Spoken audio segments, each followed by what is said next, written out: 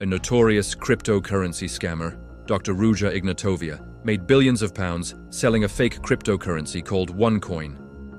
This is the only woman on the FBI's most wanted list, and she is responsible for one of the biggest scams in history. She led millions of believers in her cult-like company to trust her with their life savings before abandoning them and escaping with billions. It was basically a get-rich-quick scheme, a Ponzi scheme, a pyramid scheme, and a crypto scam, all combined into one colossal multi-billion-dollar fraud. But how did she do it? And where is she now? Even years later, this is a story shrouded in mystery, as her whereabouts are still unknown. And there's a $5 million reward if you can find her. One theory says she lives in Dubai with a new name and a new face. Another claims her body sits dismembered at the bottom of the Mediterranean. But either way, evidence suggests she might be one of the wealthiest criminals ever. This is a story filled with gangster hit squads, mafia, espionage, and corrupt Saudi royals. It's a story with betrayal, apartments filled to the ceiling with cash, and a billion-dollar empire built on lies and manipulation. This is the sinister true story of OneCoin and the search for the evil queen of crypto. Chapter 1. A Villain Origin Story. Ruja Ignatova was born in a poor Bulgarian city in 1980, but at the age of 10, her family fled to Germany in the hope of a better life. Growing up, Ruja was very bright, but that led to her feeling like she was better than everybody else around her. She became increasingly obsessed with the idea of getting rich and vowed to become a millionaire before she was 30. After finishing school, Ruja got a scholarship to a German university, then a PhD in law, followed by a degree from Oxford University. With her impressive qualifications, she landed several prestigious jobs. First at the Bulgarian branch of McKinsey, a top consulting firm, and then at Bulgaria's largest investment company. There, she became extremely well connected, as she networked with important business people, politicians, and celebrities. But it still wasn't enough for her. She was now 31, and still not a millionaire. And dealing with wealthy clients and international banks all day only made her most desperate to build her own fortune.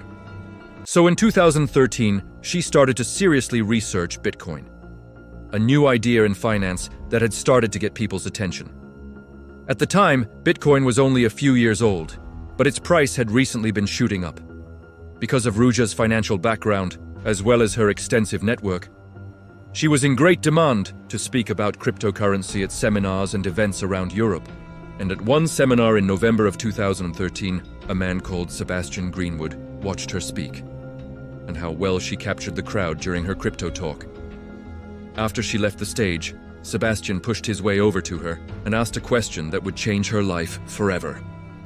Have you ever considered multi-level marketing? With multi-level marketing companies, known as MLMs, you typically buy their products through a seller directly, not from a store or website. That seller isn't an employee of the company earning a salary, but instead they earn a commission on every sale they make. This allows MLM companies to get an army of individual sellers working on their behalf. But that's just one way you can make money. You can also recruit other people to sell, and you'll earn commissions on any sales they make. And when those people recruit more people, you earn commissions from them as well, which starts to look a lot like a pyramid. If you get in early, you can make a lot of money, but most people who join MLMs don't. However, at the crypto conference where Ruja had been giving a speech, she got chatting with Sebastian about their shared interests, especially about how they both wanted to get rich. Sebastian had already made money from running an MLM before, but he felt the hype around this new crypto technology presented a huge opportunity. What if they teamed up to create their own crypto project, but used multi-level marketing to sell it? There were plenty of MLMs and plenty of new crypto projects, but combining the two together could be powerful. If they had a network of sellers working on commission, it would help drive up the price of the coin. And then, the price of the coin would help bring more people into the network, creating a powerful growth cycle. Sebastian's MLM expertise meant he could handle sales, whilst Ruja's banking experience and polished look made her the ideal face of the company. They would call it OneCoin. They came up with a plan to target a whole new audience. People who weren't tech-savvy, who didn't understand how crypto worked, but understood MLM and wanted to get rich. However, there was one major obstacle in their way. Neither Ruja or Sebastian actually knew how to create the blockchain they needed. But then they realized this could be an advantage. By not actually having a blockchain, and instead just telling people they did, it would mean they could set the price of their coin to whatever they wanted. Ruja would simply keep a record of how many OneCoins someone bought on an SQL database. Basically, a glorified Excel spreadsheet. With their plan in place, Ruja and Sebastian officially registered the company in Gibraltar and Dubai. And Ruja also opened a physical office in her home city in Bulgaria. They proudly announced that OneCoin would be the Bitcoin killer. But unlike Bitcoin, which had a fixed supply of 21 million, OneCoin would have 2.1 billion coins. However, the difference between legal multi-level marketing and an illegal pyramid scheme is whether the company has an actual product or not. For example, Herbalife uses multi-level marketing. But since they have a real tangible product, it's legal. But in 2014, when OneCoin was starting, cryptocurrency regulation was practically non-existent. And so, Ruja and Sebastian weren't sure that OneCoin would classify as a real product. They definitely didn't want to risk attention from regulators, and so they found a loophole. Instead of people directly buying OneCoin, customers would buy education packages. These contained a basic PDF file with information about finance and investing. The material by itself was pretty poor quality, often had spelling mistakes, and much of it was plagiarized. But that didn't matter, because customers were buying these education packages for an entirely different reason. With each package, you also received free tokens which could be exchanged for OneCoin. Depending on which package someone bought, they got a different number of OneCoin tokens as a free bonus. The more expensive the package you bought, the more tokens you got. This way, OneCoin was officially selling a product, these education packages, even though everyone was really buying them for the OneCoin tokens. So, now that they had their product, Ruja and Sebastian began persuading MLM sellers to come sell for OneCoin. And they offered a generous commission plan. If you sold someone a OneCoin package, you got a 10% sales commission. But if anyone you refer also makes a sale, you got 10% commission on all their sales too. For example, you sell your friend a OneCoin package worth 5,000 euros. You get 500 euros. But then later, your friend sells someone else a OneCoin package worth 5,000 euros. Not only does your friend get 500 euros commission, but since you recruited them, you get 500 euros from that sale as well. And this can continue indefinitely as people refer others. 60% of the commissions would be paid out in real money, and the remaining 40% would be paid out in OneCoin. It was simple but lucrative. But finally, there was the extra twist that set OneCoin apart from every other MLM. You could not only make money from selling OneCoin and recruiting others, but also from OneCoin increasing in value over time. Ruja promised that at some point soon, OneCoin would be listed on a crypto exchange platform so it could be traded at any time for real money. And this is where things started to get crazy. Chapter 3. The pitch. The pitch for buying OneCoin was simple but powerful. Ruja said she had taken all of Bitcoin's problems and fixed them. Ruja said OneCoin was the people's coin. She said Bitcoin was too complicated, as people needed their own wallet and private keys. Whereas OneCoin was simple, as you just signed up to their website. She said Bitcoin was about speculation, and it was slow and inefficient as a currency. Whereas OneCoin was focused on everyday use. She said Bitcoin was anonymous and used by criminals.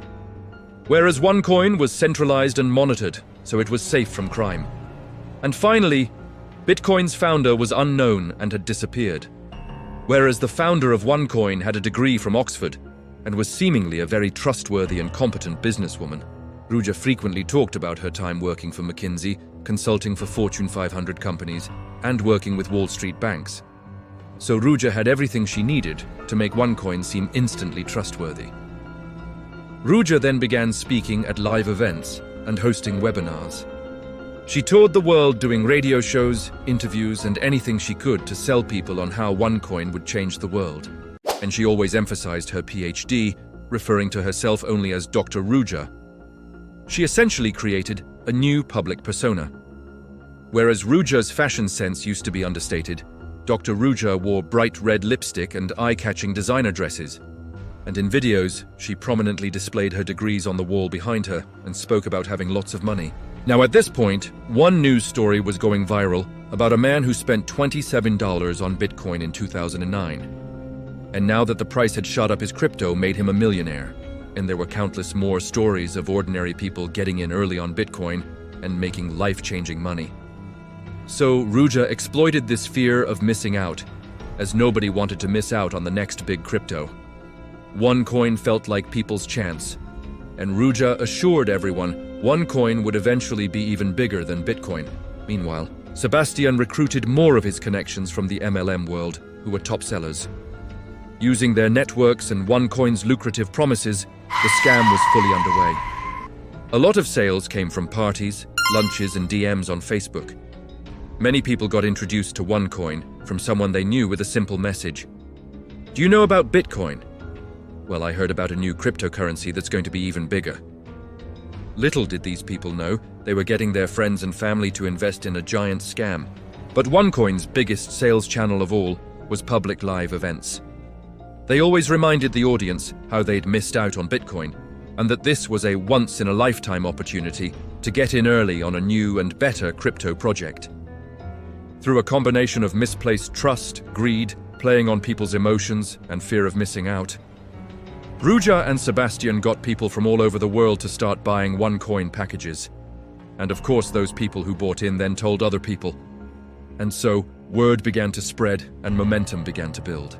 The combination of emotional manipulation techniques to get the crowds excited and the perceived authority and credibility of Dr. Ruja was convincing. Ruja even won Bulgaria's Businesswoman of the Year award, which only accelerated OneCoin's growth. The fact that the entire crypto space was booming at the time also helped. But another tactic OneCoin used to convince investors everything was legitimate was that they distributed copies of Forbes magazine with Dr. Ruja on the cover. How could this be a scam if Ruja was in Forbes magazine?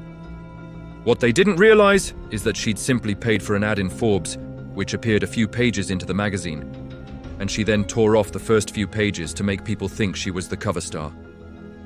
And since it was in the Bulgarian version of Forbes, they couldn't read the disclaimer that said it was a paid ad. Just like everything else about OneCoin, it was a lie. The reality was, OneCoin was a get-rich-quick scheme from the start, but it was now multiple different frauds all in one. Firstly, it was a Ponzi scheme, as the only reason they were able to pay out referral commissions to early investors was by using the money from new investors. Secondly, since OneCoin was nothing but a spreadsheet with made-up prices masquerading as a digital currency, it was essentially a fake crypto scam, merely using crypto terminology to hype up what they were doing as some kind of financial revolution and confuse vulnerable people into not understanding how it works. And thirdly, since they didn't have an actual product, this meant it was a pyramid scheme. However, Ruja and Sebastian were already discussing what to do if they got caught. Ruja's suggestion was simple: disappear and let someone else take the blame. Chapter 4: Hype. In November of 2014, investors packed into a small conference room at a hotel to hear Ruja talk about her vision for OneCoin. And there, she made two big announcements. Firstly, starting in 2 months, OneCoin would sell for actual money on their internal exchange site, called XCoinX. And secondly, OneCoin's price was set at 54 cents. A buzz went through the crowd. They did the maths and realized that a $5,000 education package with 48,000 coins would immediately be worth $26,000. So the investors scrambled to buy packages after the news. By Christmas, 10,000 people had bought packages worth millions of dollars in total. Then in January alone, OneCoin did $15 million in sales. That same month was the official opening of OneCoin's exchange, where people could trade their OneCoin for actual money. But there was a catch. People were only allowed to withdraw a maximum of 1.5% of their OneCoin into real money each day, and there was an upper withdrawal limit. Ruja claimed it was just temporary because she feared a bank run and wanted to protect people's investments. But of course, the truth was far more sinister. People could only cash out a small amount of their coins because the company was a giant Ponzi scheme, simply using money from new investors to pay up those who were cashing out. That's why instead of listing on a popular crypto exchange like Coinbase or Kraken, OneCoin was using its own internal site called XCoinX, which they had full control over, which is how Ruja was just changing the price to whatever she wanted, which is why it always seemed to go up. However, investors didn't seem to mind the strict withdrawal limits because everyone believed in the promise of OneCoin's future. Sure, it was 54 cents per coin now, but the price would surely increase soon, so why sell now and regret cashing out early? And because people could at least exchange a small amount of OneCoin for cash, it made everything feel legitimate, as they were actually trading a small amount of OneCoin for real money. So throughout 2015, OneCoin continued to grow beyond everyone's expectations. $60 million in sales in March, $85 million in April. And then the rate grew even faster in May when Ruja announced OneCoin's price had doubled, now $1.08 USD per coin. Investors were delighted to see their balance on the OneCoin website jump up so fast. Little did they know OneCoin's value was just Ruja plucking a random number out of thin air. But these regular price increases would be used by Ruja to ensure investors didn't want to withdraw their money. The fear of missing out was very real, and it was Ruja's #1 tool to keep people hooked on OneCoin. OneCoin also started introducing more expensive education packages, like the Premium Trader package for €12,500 with around 40,000 OneCoin tokens. Sure, €12,500 seemed like a lot, but people could see on the exchange that it'd be worth around €40,000. So it seemed like a great deal. OneCoin started packing out arenas with music performances and fireworks, and thousands of chanting fans. At these events, OneCoin would sell more education packages, but they'd also put a lot of focus on the top sellers in the company. Those at the top of the pyramid who were now earning hundreds of thousands a month from selling OneCoin to others. These top sellers were publicly gifted Rolex watches, partly to thank them, but mostly to inspire the lesser sellers to up their game next month and sell more. To many, OneCoin became a family. At events, investors discussed how they'd spend their newfound riches when OneCoin went public on one of the main crypto exchanges, like Coinbase, as at that point, they could trade all of their OneCoin for cash. Ruja kept promising they'd be going public very soon, so investors all excitedly shared their dream homes and vacations they were planning to buy. They even created a sign, your finger and thumb in the shape of an O, to show you were part of the OneCoin family. By October, OneCoin's price had risen again, this time to around $2.50 per coin. And by November 2015, 1 year after OneCoin's exchange opened, it hit $1 billion in sales. Money was coming in faster than they could handle it. Ruja bought a luxury apartment in Hong Kong simply to store the money, stacked floor to ceiling with cash from investors. Thanks to their network of thousands of sellers all recruiting more sellers, OneCoin just kept growing rapidly. And to help increase the pressure to buy more, OneCoin would frequently have one-time special offers on their education packages. Investors didn't question the huge rise in OneCoin's supposed value, because it made sense to them. The hype around OneCoin was what was bumping up the price. And then the higher prices increased the hype further. Plus, people desperately wanted to believe.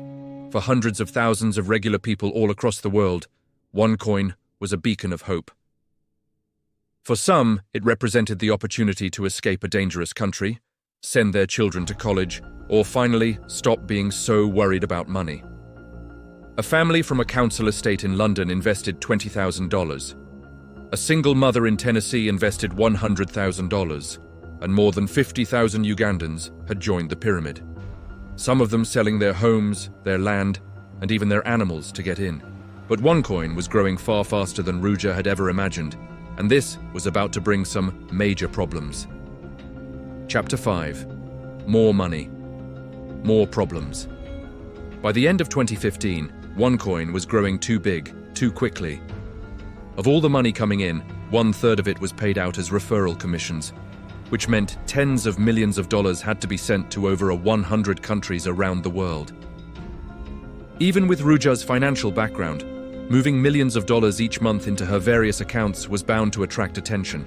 In one case, a bank in Dubai grew suspicious of these high transactions being paid out to accounts in the Cayman Islands, Uganda, and Malta. places notorious for illegal activity. So the bank froze $50 million in assets, leaving OneCoin scrambling for cash. So Ruja developed a plan. She contacted a Saudi royal sheikh, a man who was fascinated by new technology. Ruja convinced the sheikh to give her 4 USB memory sticks containing 230,000 Bitcoin, which at the time was worth around $50 million. In exchange, she gave the sheikh a large amount of OneCoin and ownership of her Dubai company. As using his influence, he'd be able to contact the bank and get it unfrozen. But still, Ruja needed to find a more permanent answer to these banking problems. And so that's when she reached out to a financier she knew from her earlier days in banking, Gilbert Armenta. Gilbert was an international financial expert with experience operating the books for less than legal companies, and so he became OneCoin's private banker. And he was very aware exactly what Ruja was asking him to do. In his calendar, Gilbert wrote his first call was to discuss money transfer and laundering issues. As they worked together, Ruja and Gilbert grew close, very close. Ruja started cheating on her husband with Gilbert. By the end of 2015, Ruja and Gilbert set up what became known as the Finero Funds, 4 separate accounts, each with over $100 million. These accounts in the British Virgin Islands and the Caymans helped Ruja move money around the world easier, without worrying about banks freezing their accounts or asking too many questions. It was essentially a 9-figure money laundering operation. Now Ruja and the OneCoin team were free to spend all the money they were making. Ruja wore necklaces worth hundreds of thousands of dollars. She commissioned a $7.5 million yacht for private parties. She bought a luxury flat in London and a penthouse in Dubai. But even though Ruja had solved her money problems, by the end of 2015, she had an even bigger problem. They were running out of OneCoin to sell. Chapter 6. A new blockchain. When Ruja created OneCoin, she announced it had a capped amount of 2.1 billion coins, never imagining she would reach that limit in her lifetime. But growth had been so much faster than she ever imagined, and by mid-2016, she had already sold more than 2.1 billion. Now, of course, investors believed that OneCoin had its own private blockchain, so it would be impossible to sell more than what was programmed at the start. But in reality, OneCoin didn't have a blockchain, which meant Ruja could sell an infinite amount. The problem was, she'd repeated so many times about the hard limit of 2.1 billion, and if anyone ever worked out they'd sold more than this, OneCoin's perceived credibility would be instantly destroyed. On the flip side, if she stopped selling coins, she wouldn't have any new money coming in. So she wouldn't be able to afford the tens of millions of payouts she was making every week in referral commissions. Ruja knew that unless she came up with a solution, she and her company would both be exposed for the frauds they were. So Ruja came up with an audacious idea. She would announce a new blockchain, this one with 120 billion coins. Changing blockchains completely contradicted everything Ruja had been saying for years about having a fixed supply that could never be altered. She had literally told people at events, "I cannot print more." But in June 2016, OneCoin hired out Wembley Arena for a packed crowd of thousands to make a few historic announcements. As with all OneCoin events, there were motivational speeches and hype men shouting about how everyone was getting rich. And when Dr. Ruja came out on stage to Alicia Keys' "This Girl is on Fire" and pyrotechnic displays, the crowd erupted in massive cheers. In her speech, she projected the vision of OneCoin, that it would soon be bigger than any cryptocurrency. She said that within 2 years, no one would even talk about Bitcoin anymore. And this was when she dropped her big news. Ruja said if OneCoin wanted to be the world's #1 cryptocurrency, they had to improve their technology and make room for more investors. That's why, in a few months' time, OneCoin was launching a new blockchain. She said it was more powerful, safer, and instead of 2.1 billion coins, it would have 120 billion OneCoins up for grabs. We will retire the old blockchain and switch on the new one.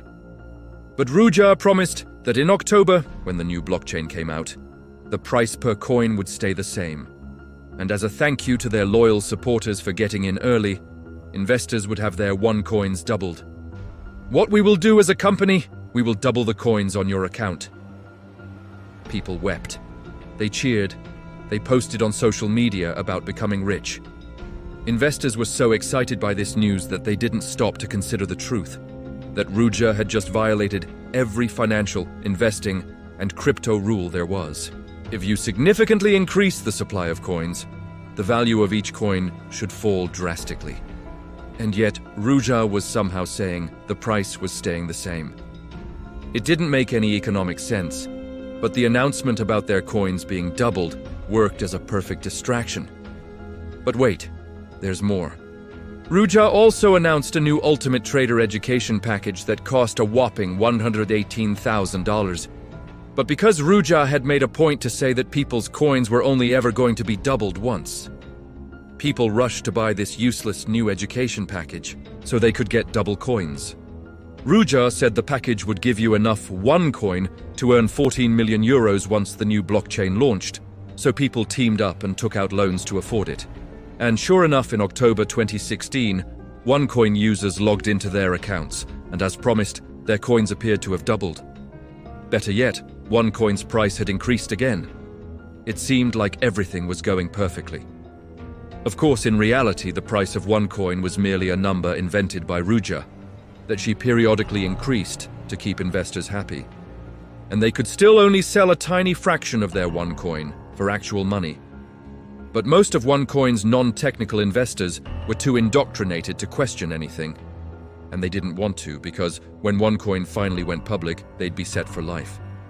However, outside of OneCoin, this latest stunt from Ruja was starting to attract some serious attention. Chapter 7. Haters. With the massive growth of OneCoin came an increase in skeptics and doubters. People started commenting online that OneCoin's price always seemed to go up, unlike a normal coin which would fluctuate. And commenters pointed out that expecting 300% returns within months was ridiculous. One website called BehindMLM.com worked hard to expose OneCoin and accused it of being a gigantic Ponzi scheme. However, even though there were clearly a lot of red flags, many found it hard to believe a billion-dollar cryptocurrency didn't have a blockchain. Besides, Ruja had such great credentials, and hundreds of thousands of people had invested, so OneCoin leaders called anyone who questioned their project a hater. Any negative media was dismissed as rumors spread by jealous and uninformed haters trying to destroy OneCoin. Unfortunately, OneCoin's cult-like following of investors trusted Ruja blindly. They had been indoctrinated not to trust outsiders. But as more critics began to grow online, Ruja found out she was pregnant, and she started thinking about her end game. By this point in 2016, she was running out of people she could trust. So she fired her PA and hired her brother, Konstantin, as her new personal assistant. Ruja's brother was a forklift operator and a bodybuilder, and until now he'd been uninvolved and uninterested in OneCoin. But he couldn't help but notice how much money Ruja was throwing around. So he quit his forklift job and naively accepted a position at OneCoin. This was not because his sister wanted to help him. The dark truth was that Ruja viewed him as a solution to her problems if everything went wrong. As long as she kept her brother close enough, she could eventually pin everything on him. Chapter 8. Exposing the truth. Since OneCoin had begun, Ruja had promised everyone that OneCoin was kept honest and secure through her blockchain technology. Even most of the OneCoin staff were kept in the dark about the reality that there was no actual blockchain. All the records were simply kept on an SQL database and thus could be easily changed. Of course, the entire point of blockchain is that the data is decentralized and someone can't just edit the records. So it was the exact opposite of what they claimed it to be. Now, most investors didn't fully understand the technology, but they were confident the OneCoin blockchain existed. Because why wouldn't it? This was a multi-billion-dollar company with millions of people invested. It had audit reports, Ruja was on magazine covers, and they could see their OneCoin balance on the site. But with the increased scrutiny now surrounding OneCoin, Ruja felt she desperately needed to create an actual blockchain to try and quieten the doubters. Of course, she couldn't just ask her own IT team to create it, or else she would expose herself as a liar from the start. So, in September 2016, OneCoin sent out a LinkedIn message to Bjorn Bjerke, an expert in helping companies transform their old SQL databases into new blockchains. Bjorn had a decade of IT experience with banking, and he was a crypto enthusiast who knew all about blockchains and crypto companies. But there was one problem. Bjorn had never heard of OneCoin, and to him, something seemed off about the job offer. OneCoin promised Bjorn a $270,000 salary plus 2 furnished luxury apartments in Sofia and London if he could help them create a new blockchain. Hearing this, Bjorn had even more questions. How could a cryptocurrency like OneCoin exist? It seemed to earn billions, so how could it not already have a blockchain? It didn't make any sense. But of course there's been a lot of transactions already, so how do I incorporate that into a new blockchain, which is, as we know, completely impossible because there is no coin, it's just transactions. So Bjorn logged on to the OneCoin exchange to find out what was really happening. The website showed a seemingly live display of OneCoin's blockchain, showing all of the transactions as they happened. But if there wasn't a blockchain, then what was really happening here? Bjorn decided to test it. He opened up 3 monitors, 2 with different OneCoin accounts, and the third with the live display. He transferred random amounts between the 2 accounts and watched the display to see if he could match his transactions. He tried numbers that were easy to spot, like sending 1.234 coins. In total, he tried around 200 different transactions to track his own movements. But he never saw any of his transactions on the live feed. The disturbing truth soon became clear to Bjorn. OneCoin's live display was just a front, nothing more than a random display of numbers to look good. It was merely a script generating fake transactions between imaginary wallets to fool investors that their coins were held securely on the blockchain, rather than meaningless entries on a database controlled by Ruja. No wonder she could double people's coins at will or change the price whenever she wanted. It was just a basic database, not driven by supply and demand like an actual cryptocurrency. This scared Bjorn because that meant millions of people owned billions of fake coins. He turned down OneCoin's job offer and instead joined the growing number of people on social media calling out OneCoin as a scam. BehindMLM.com reached out to Bjorn, and he agreed to give an interview on the site, exposing what OneCoin asked him to do and what he believed was actually happening behind the scenes. The interview started to pick up some traction, and the more people dug, the darker the lies that surfaced. Researchers even uncovered that the auditing company OneCoin used was owned by Ruja herself. Everything, it seemed, was fake. And BehindMLM.com was exposing it all, piece by piece. As for the people who had invested in OneCoin, many of them heard these accusations and started to question OneCoin themselves. But the problem was, accepting these accusations meant everything they had believed was a lie, and that was too difficult to take. That would mean these people who'd invested their life savings based on Ruja's promises had lost everything. They might have wiped out savings accounts and school funds and loans, all on a useless fake coin. And these people who had convinced their own family and friends to join them and buy OneCoin as well would have inadvertently scammed their loved ones. OneCoin investors were so desperate to believe Ruja that many of them doubled down on their belief that OneCoin must be real. It was easier to believe the lie than accept the truth. Ruja promised investors that these outside doubters were just haters. Meanwhile, OneCoin started threatening to shut down people's accounts if they publicly asked too many questions, which helped silence investors who raised concerns. In fact, some people who tried to point out the truth about OneCoin were sent death threats. Chapter 9. Under Maintenance. In January 2017, people logged on to OneCoin's exchange site and saw an ominous message. This site is under maintenance. At first, people just assumed it was an annoying technical problem that would soon be fixed. But time went on, the exchange stayed down, and investors grew increasingly worried. Buyers messaged their recruiters, pleading for information. Don't worry, they would say, it's just a glitch. But the recruiters themselves were stalling, unsure themselves what was going on. Days turned into weeks, and OneCoin headquarters stopped taking calls. The truth was that Ruja had shut down the exchange site on purpose without telling anyone the real reason. By now, OneCoin's price was listed at $8.50 per coin, its highest price ever. This meant Ruja was technically selling $500 million worth of OneCoin every day. It was too much. This scam was slipping out of her control, and she couldn't afford to keep paying people even with the ridiculous withdrawal limits. So, she had to stop people from cashing out their OneCoin completely. The fact people had always been able to withdraw a small amount of their OneCoin into real money is what gave people confidence it must be real. And their confidence is what helped refer more victims. But now they couldn't withdraw anything as the site was constantly under maintenance. And so, the panic started to creep in. People who'd sold land, cars, and borrowed money from family to pay for it now had no way to get any OneCoin out. And this should have been the moment that OneCoin collapsed. But Bitcoin started making a massive run, going from $1,000 to $5,000 in months. People grew greedy again, afraid that if they demanded their money, they'd miss out on a similar growth when OneCoin finally broke through.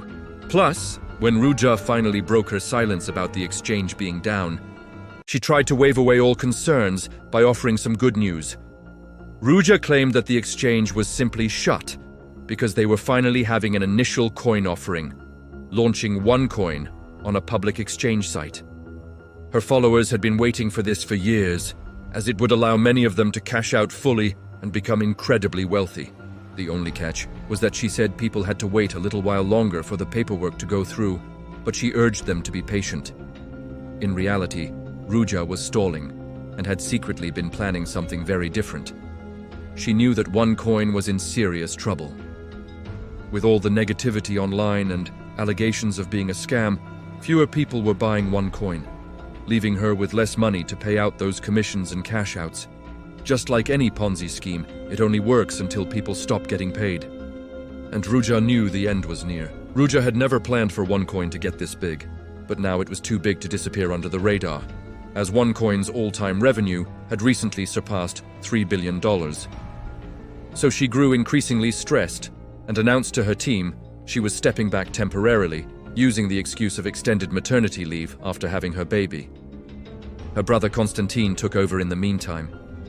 Meanwhile, Ruja started looking for a way out of the Finero funds, where she kept $400 million. She used some of her shady connections, including Bulgaria's most prolific drug trafficker of all time, to help move the money without alerting anyone. Within a few months, Ruja had turned her $400 million into assets she could liquidate easily or use if she wanted. Things like investments into Bulgarian tobacco companies, horse racing circuits in Dubai, and a $7 million super yacht. By the spring of 2017, she had emptied the OneCoin accounts into private funds that no one could access but her. Interestingly though, it wasn't the money laundering or the pyramid scheme that would finally topple her empire. It was Ruja's affair with OneCoin's banker. Chapter 10. The Informant. For almost 2 years, Ruja and Gilbert had been having an affair, and by the summer of 2017 they were talking about leaving their respective spouses and getting married. But whilst Ruja was in love with Gilbert, Gilbert kept postponing the decision. After a few months, Ruja started getting suspicious that Gilbert was stringing her along to take advantage of her money, and so she took matters into her own hands. Ruja told her lawyer, who used to be a spy at an intelligence agency in Luxembourg, to use some of his old tricks and see if he could find a way to listen in on Gilbert's conversations with his wife. So Ruja's lawyer/spy rented the apartment below where Gilbert lived and installed a listening device below his bedroom. When the recordings came in, it was abundantly clear that Gilbert was indeed using Ruja for her money.